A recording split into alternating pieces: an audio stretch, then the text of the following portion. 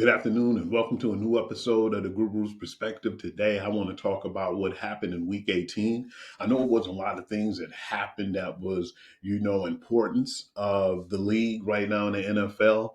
What I believe it was a lot of players being rested because, they already knew their position as far as the wild card weekend. And it was a lot of teams resting players, unfortunately. In one case, I definitely understood with the Kansas City Chiefs. They went 15-1 throughout the season on that Christmas Day when they sealed their fate and won that game. They wanted to rest some of their players.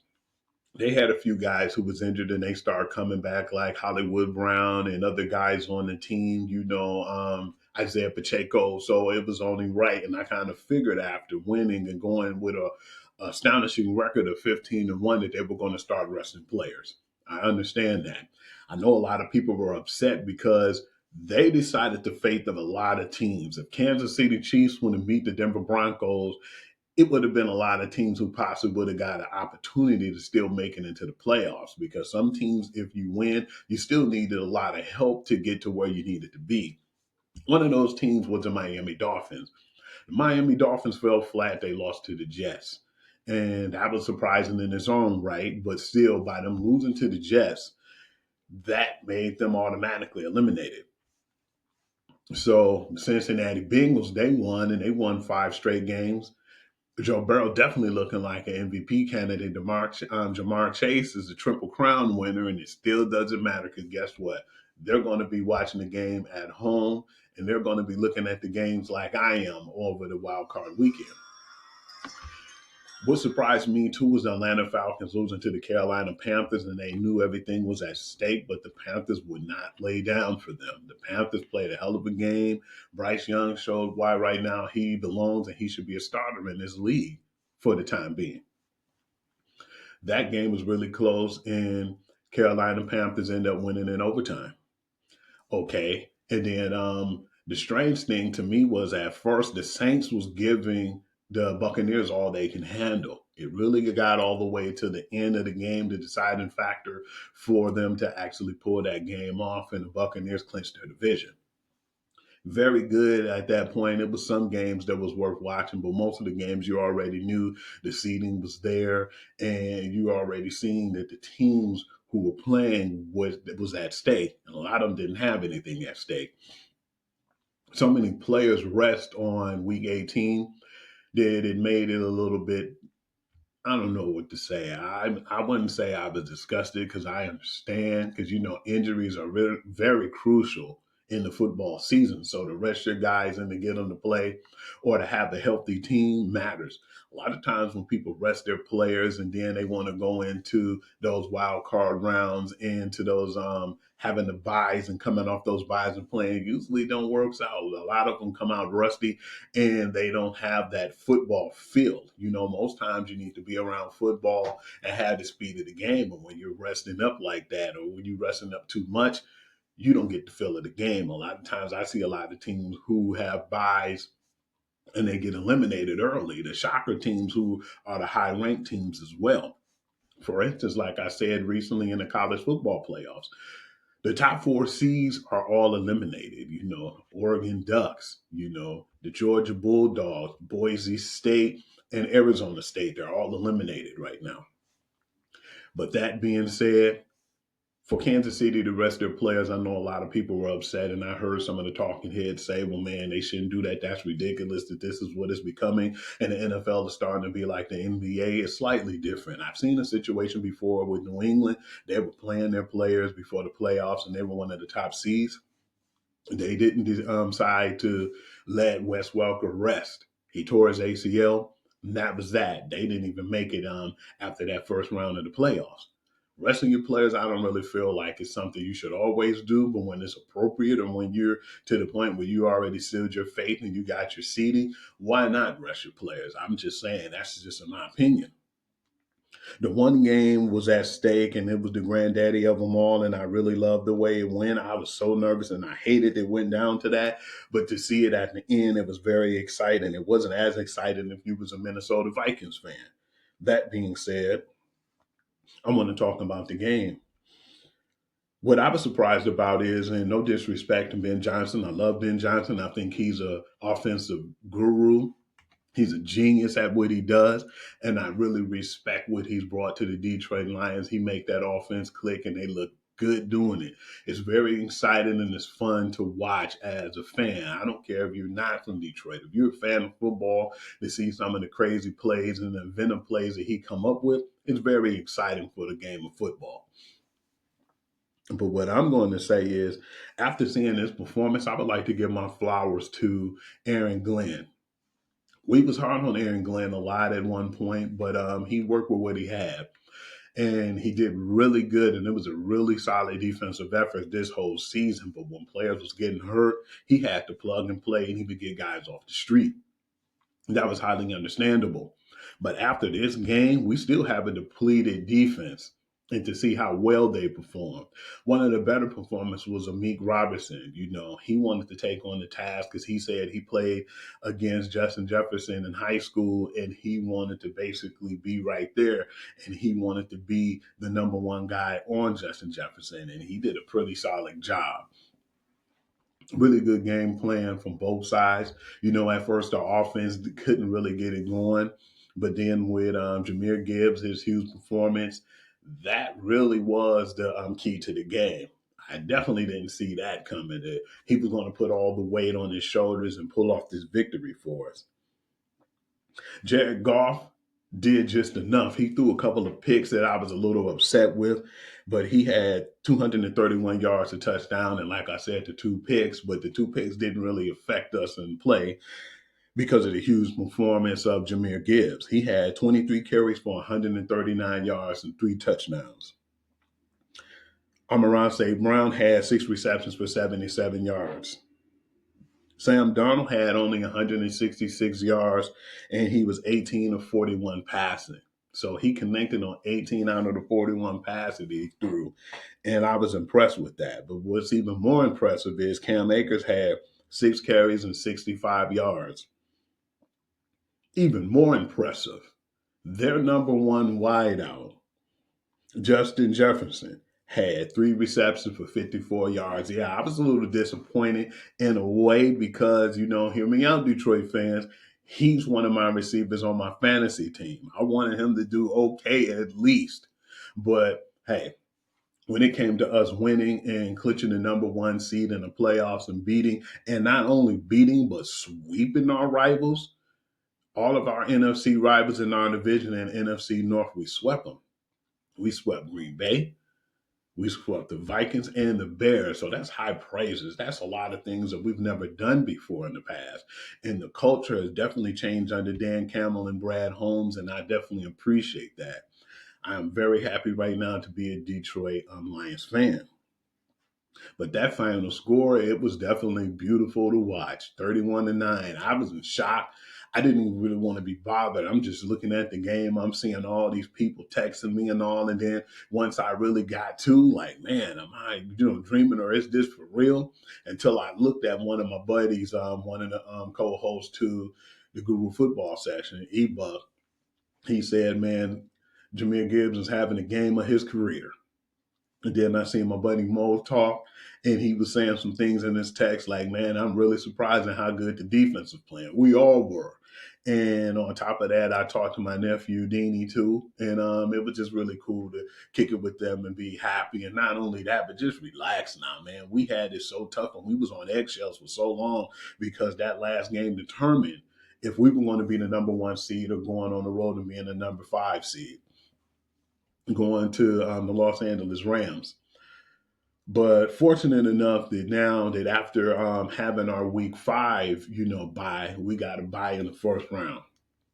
31-9, I was really shocked. I had to pinch myself and kind of still on cloud nine, to be honest with you. I want to get into some things now about stats. It wasn't really a lot of things that happened. Usually on Black Monday, it's a lot of crazy things and scenarios that happen. Wasn't much going on this time, and I would have to be honest with you, and I was actually surprised myself. Two things that happened. One of them I wasn't really so fond of. I didn't like the way they handled the whole Gerard Mayo situation in New England. The Patriots, man, I feel like that organization are scums. They handled things the way I knew that they would with Bill Belichick because I felt like he won them 6 Super Bowls, so they gave him opportunities. But even as a new head coach, his record wasn't great.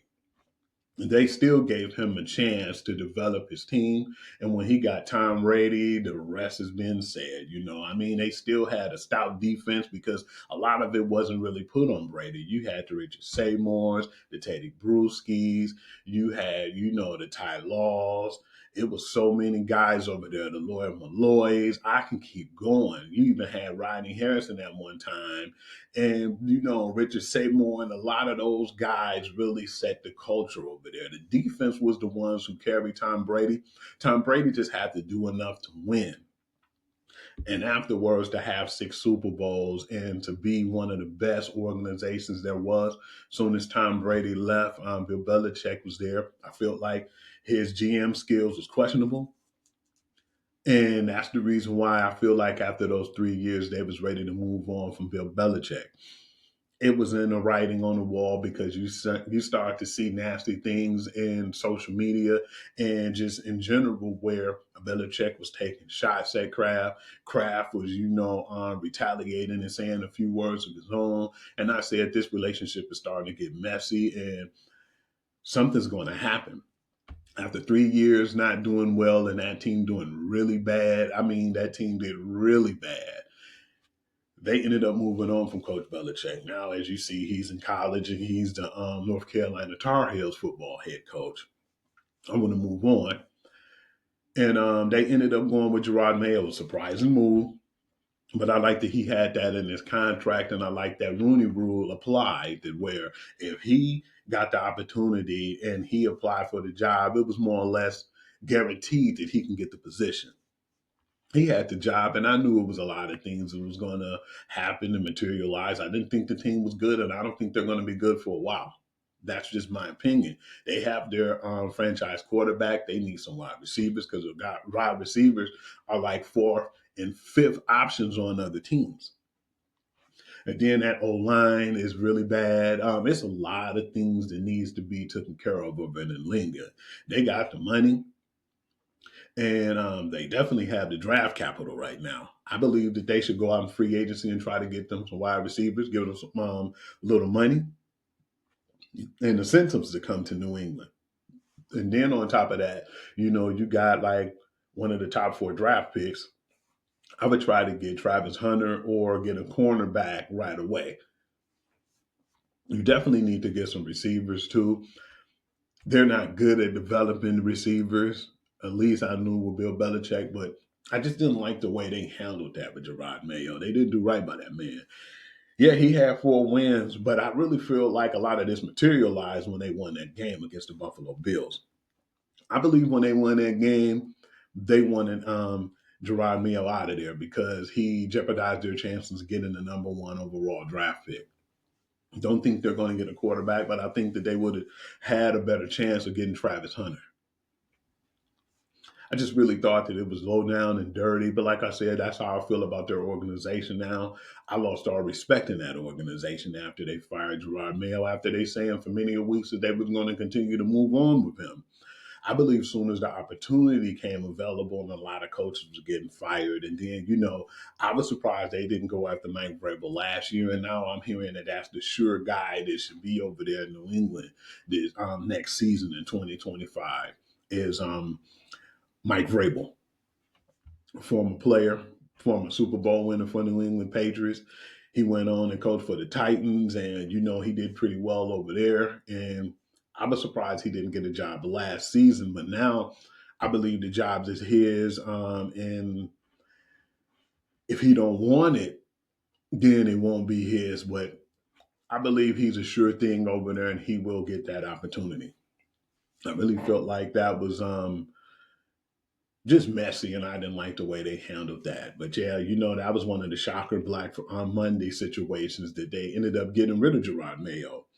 I wasn't really too surprised with them getting rid of Doug Peterson because the record, 4-13, and he hasn't really did anything since he's been with that organization. I take that back. The first season they didn't do well. They went to the playoffs the second season, and then he went right back to not playing well. His team and coaching them up, and that's the reason why I believe that he's out now. But they gave him opportunities. They gave him 3 years to try to get things situated over there in Jacksonville, and just things didn't materialize. A few injuries here and there. And, sometimes I have a question mark about Trevor Lawrence. We thought that he was going to be that guy, probably one of the best prospects coming out of college, and he's proven us wrong right now.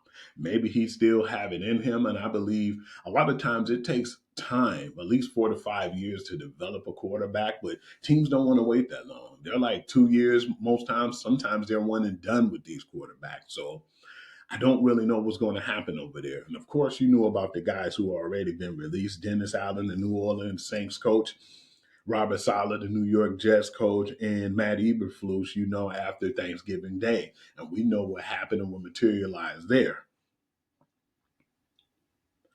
I want to talk about December the 22nd, 2024. That was the seventh time that Jaden Daniels led his team in rushing yards this season. No other rookie quarterback since 1950 has led their team in rushing yards more than 5 times in a season.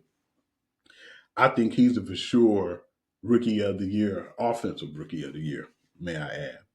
Sam Laporta had the second most reception the tight end has logged through 2 seasons at 133, passing Rob Gronkowski's 132. He also had the third most touchdown receptions an NFL tight end has logged through 2 seasons, tied with superstar Jimmy Graham.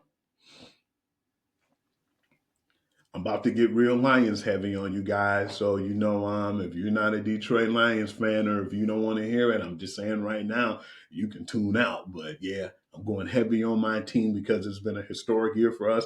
And we have a lot of stats to bulk it up and prove it as well. Detroit Lions had 564 points. That's the fourth highest scoring offense of NFL history. Another one, Sam Laporta. He's also tied 17, Mike Ditka, for the second most receiving touchdowns for a tight end in their first 2 seasons. Laporta had 7 reception touchdowns this season. Wide receiver Amon-Ra St. Brown passed Golden Tate, fifth most receptions in the Lions history with 424.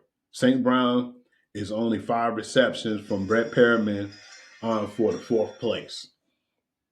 And Jared Goff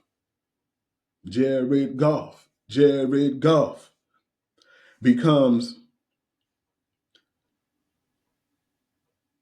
the first Lions quarterback to pass for 3+ touchdowns, 4 in straight games, with 14 touchdown passes in the last 4 games that he played.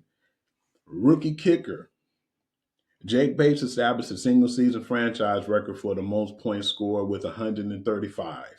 He passed Jason Hansen record of 134 in 2012. Another Jared Goff one. Jared Goff, 11th game this season, producing 100+ passing rating, established a new team record and second most in the season in NFL history. Congratulations, Jared Goff. And also his 7th road game of the season, he had 70% completion passing rating, ties Drew Brees in 2007 for the most in the season in history. After scoring 40 points on Monday Night Football, the Lions became the only team to have 40+ games without a turnover in a single season. The Lions have outscored opponents 233-92 in those games. The Detroit Lions are the first team in NFL history to have 2 running backs and 2 wide receivers all top 1,000 scrimmage yards in a season. Amon-Ra St. Brown, Jamison Williams, and may I add that he had 1,000 yards on the season after last game. Jahmyr Gibbs and David Montgomery, Sonic and Knuckles.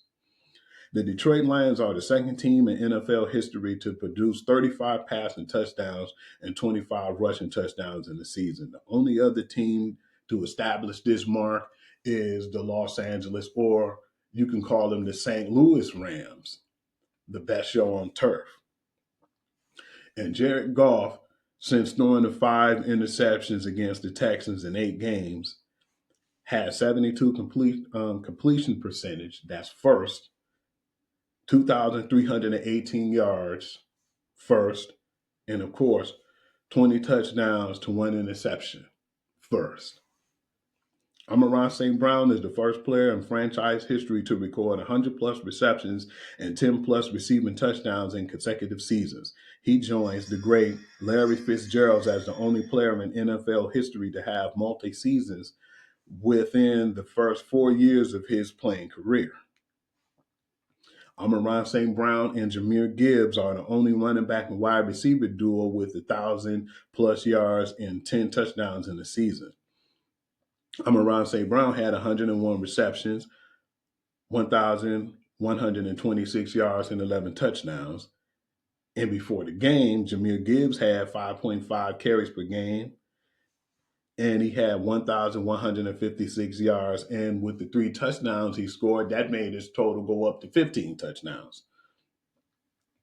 And wide receivers with 1,100 yards and 10 touchdowns this season: Jamar Chase, Justin Jefferson, and a rookie from the Jacksonville Jaguars, Brian Thompson Jr. The Packers on that Monday night game on Christmas Eve. I wanted to talk about this because these were some good teams that we beat and swept in our division too.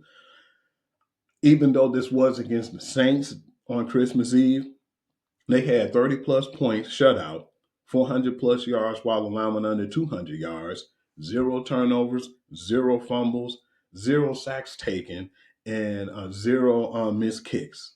No other team in NFL history has done all of those in the same game. After outgaining the Houston Texans 251-58 on the ground, the Baltimore Ravens has outrushed their opponents by 1,664 yards this season. That would be the second largest rushing differential in the season in the NFL, behind only the 2019 Baltimore Ravens. That's 1,802 yards. For the Kansas City Chiefs, congratulations on your clinching the AFC and having your first round bye. Travis Kelce now has at least 90 catches for the 7th consecutive season. That's the longest streak any player in the NFL history has maintained. No other tight end has ever had 90 plus catches in more than 2 consecutive seasons. I want to talk a little bit about the ratings that happened too over the Christmas game. Even though I was disgusted, I don't really too much care about, the NFL taking over on the NBA Christmas Day. They don't touch the Thanksgiving game. But unfortunately, after this happened, I believe they might be doing a lot more of that now. The NBA delivered its most watched Christmas Day in 5 years, averaging 5.25 million viewers per game in the U.S. across ABC, ESPN, ESPN2, Disney Plus, and ESPN Plus. According to Nisel Fast Nation, viewership was up 84% versus last year. The Los Angeles Lakers' 115-113 victory over the Golden State Warriors, which featured a thrilling duel of course, LeBron James and Steph Curry, led the way, averaging 7.76 million viewers and peaking at 8.32 million viewers at 10:30 p.m. It was the most watched NBA regular season and Christmas game in 5 years and up 499% versus the comparable window last year. So that speaks volumes of how well they did. I really enjoyed the Christmas games. And for a person who usually focuses on football all day, even though on Christmas they had the football on, it was some blowout victories, and I didn't really too much care about that. It didn't put the fun into watching on Christmas. So I focused a lot more on the NBA, and there were some really good games there. But after hearing these record breaker numbers and what happened on Netflix, I believe they possibly might continue this relationship.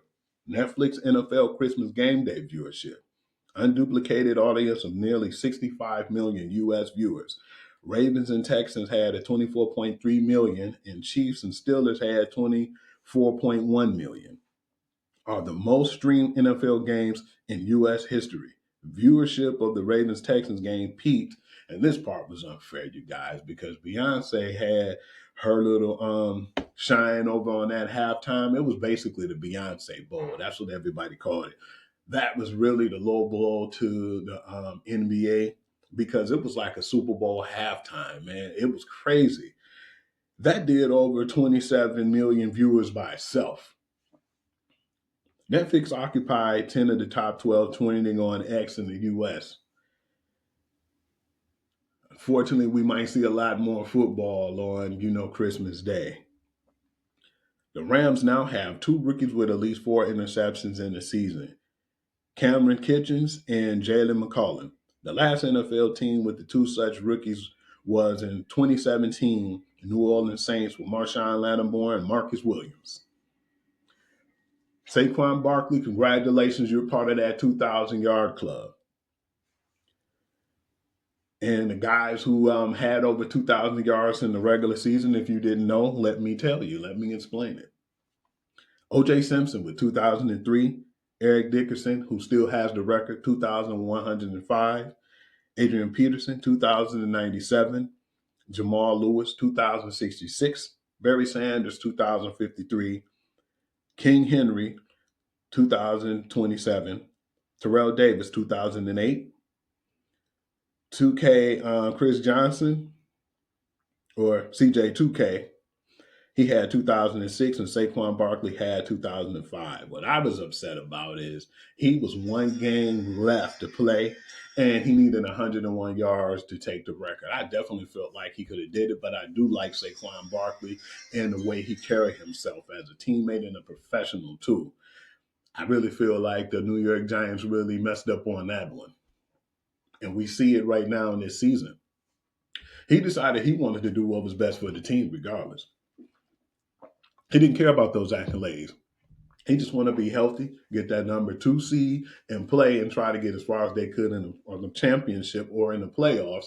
Because a record's not really anything that I really care about, neither. If I can go out there and possibly win the Super Bowl, so I definitely appreciate his character. He didn't really care about that. I know he was still thinking, man, I could have got 101 yards, but at the end of the day, it's week 18. He possibly could have got hurt, and I still feel like he did the right move. Jim Harbaugh has won 10 plus games in his first season as a head coach with the Chargers, the 49ers, and the Michigan Wolverines. He's the fifth coach to have two double digit wins in the first season with two different NFL teams, but the only one to do that in his collegiate career. And that's my coach. Love him or hate him. Jaden Daniels of the Commanders is the only NFL quarterback in the last 30 years to go 5 for 5 or better with no sacks and 40 rushing yards on a single drive. He did it in overtime as a rookie to clinch a playoff berth, beating, of course, the Philadelphia Eagles. Including the postseason, the 49ers have won 14 consecutive home games against the Detroit Lions. A streak that started in 1977. That's the longest active home win streak by any NFL team against another in a regular season. And that was broken recently. So, congratulations on that, too, Detroit Lions. There are 5 instances in the NFL a quarterback had a season with 300 plus completions, 400 plus rushing yards, 40 total touchdowns, 5 plus rushing touchdowns, and clinch a division title. Those 5 instances are all Josh Allen's in 2020, 2021, 2022, 2023, and 2024. Congratulations, which I think he's going to definitely be the MVP this season. Tanner McKee of the Eagles is the first player in the NFL draft era since 1936 to have multi-touchdown passes in his NFL debut while attempting 5 or fewer passes. The first time in franchise history the Lions are undefeated on the road. That's one thing I know Jared Goff was talking about. And he said he didn't really care too much about if they lost that game at home, which I know we all did as Detroiters. But he said because of the fact that we were road warriors this year and they were 7-0 on the road. So I understand that. But getting that bye, I feel like we needed that bye more than any team because our defense is depleted. And I'm just praying that we can get some of the guys back healthy. We beat the Cardinals, Cowboys, Vikings, Green Bay, Texans, Colts, Bears, and recently San Francisco. Kirby Joseph has 17 career interceptions. That's the most interceptions a Lion player has recorded in through his three career seasons since the 1970 AFL NFL merger. He has a league leading 9 picks this season. Congratulations. On December 30th, 2024, marks the fifth time in the season the Lions have 40 plus points in a game without turnovers. That's the most of any team in a single season in NFL history. I want to talk about that game too when I was saying that Justin Jefferson didn't really do so well. Surprisingly enough, he had a Meek Robertson on him. I always thought that he was a decent cornerback, but didn't really trust that he would do well. And at one point in the season, it was a lot of struggles with the cornerback play still. A lot of holding and pass interference calls. In this game, it was flawless. I don't think that Justin Jefferson liked it, and he, kind of took a jab at the referees, was saying he was letting them play too much as far as being aggressive, and he said him and Jordan Addison was being held a lot. I really took that personal and felt like that was kind of a Butch League thing to say. If you didn't get off like you needed to, you can't blame it on the refs. We usually get calls all the time on the Lions, for pass interference, and they wasn't calling it like that. And you guys get the benefit of the doubt on those pass interference, but definitely glad Amik Robertson did pretty good versus Justin Jefferson. Justin Jefferson had 7 targets, 2 catches allowed for 48 total yards, and he had a pass breakup. The Minnesota Vikings on Sunday night 4 times reached the red zones but not scoring the touchdown. 3 times having a goal to go but not scoring the touchdown. 2 failed fourth and goal attempts, and 1 missed field goal. That's what I was saying too. I love Ben Johnson, what he's did for our offense, but I feel like Aaron Glenn definitely should get his flowers, and I think that he should definitely be considered one of those Coach of the Year candidates now, just because of that. I know they ain't gonna give it to an assistant, but I definitely feel like he's one of those coaches to get more of his flowers for doing what he did with the depleted defense. So yeah, that goes without being said. No other team in the last 30 years has done all of that in the same game. Like I said, Aaron Glenn should get his flowers for what he did with the Detroit Lions defense. They played on another level on Sunday. Sam Darnold was 16 of 41 for 166 total yards. I told you about the Justin Jefferson, 3 catches, 54 yards. They was 3 of 13 on third down, 0 of 4 in the red zone, 10 quarterback hits, 0 touchdowns allowed, and they only allowed 9 points off of field goals. Last but not least, entering January the 4th game, the Ravens are averaging 238.6 net passing yards and 185.6 rushing yards per game. The last NFL team to finish the season averaging at least 225 yards and 175 rushing yards per game was the 1954 Los Angeles Rams. They had 253.9 and 178.3 yards on the ground. I feel like too that's one of the reasons why right now it's going to be like a toss up, even though I still feel like Josh Allen did enough to get that accolade. The MVP is well deserved. But the crazy part is Lamar Jackson's playing on a whole nother level. He's actually playing better than what he did last year. But I think what Josh Allen did, and they lost a lot of players on defense, or I can't say they lost. They basically let a lot of those veteran guys go. Gave the younger guys a chance to play, to execute. And we all thought, I know I did, they wasn't going to do that good. And I thought Miami Dolphins possibly might have a chance of winning that division this year. Josh Allen took it amongst himself to play better, to pass the ball with more accuracy, and to keep his interceptions down. He put a lot of the weight on his shoulders this year. And even though the defense still played solid, he did a lot of the bulk of the work. And that's why I still feel like, regardless of the fact, with all the weapons and stuff that, Lamar Jackson ended up getting and then having Derrick Henry as your running back, That's why I believe it's going to be a slight edge to Josh Allen in that category. I want to talk about the games too on the wild card weekend and give my predictions. And after that, I'm going to wrap up the show. The first game is the Chargers versus the Houston Texans. I'm gonna go with the Chargers on the road, and I'm gonna give them the favor by 2.5 points. Steelers versus the Ravens on the road. I'm going to give it to Baltimore. The Steelers have been looking really shaky as of late. They lost 4 straight games. I know that the team's getting frustrated. I don't know if it's about Russ. I know the defense having issues, and they were just coming out, and saying how they really felt. A lot of guys been expressing themselves a lot more, which is something that's not still alike. But yeah, you still see the struggles over there. And then for them to be 0-4 right now is a really big issue, especially playing a team that already dominated you as well. I definitely feel like they're going to cover that spread by 10 points. The Broncos and the Bills, I'm going to go with the Bills at home, and I'm going to take the 8.5 points because Bo Nix is playing really well this year, but I still feel like it's going to be too much Josh Allen. And then being at home, I definitely feel like that's definitely going to motivate them to move on. Packers versus the Eagles. I got the Eagles, and I'm going to take them by 4.5 points. Washington Commanders and the Buccaneers, man, this is a hard one because I know that Jaden Daniels has been playing good. The offense has been clicking. The defense has been playing good enough to win. But I'm going to take Tampa at home, and I'll take Tampa by the 3 points. That's more of a toss-up game. Okay.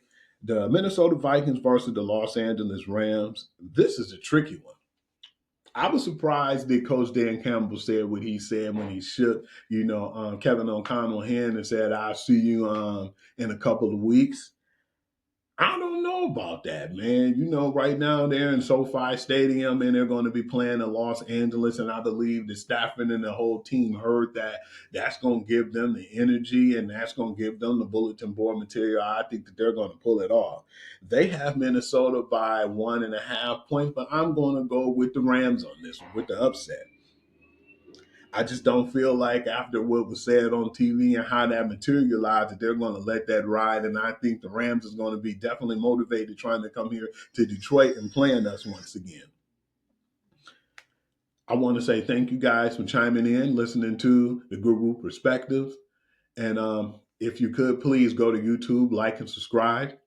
You can find me on Instagram as Hoovy and also on TikTok, I'm Hugh.Lee6. Every Tuesday, I do the Guru Perspective at 1 p.m. I just had a few things I had to take care of before I got on the show today. And then the Guru Football Session on Wednesdays at 9 p.m. Thank you all for chiming in and always showing me love. I appreciate it. Like I said, Happy New Year's. Everybody be blessed. And I hope everything's going well for you guys so far this year. Peace until the next episode.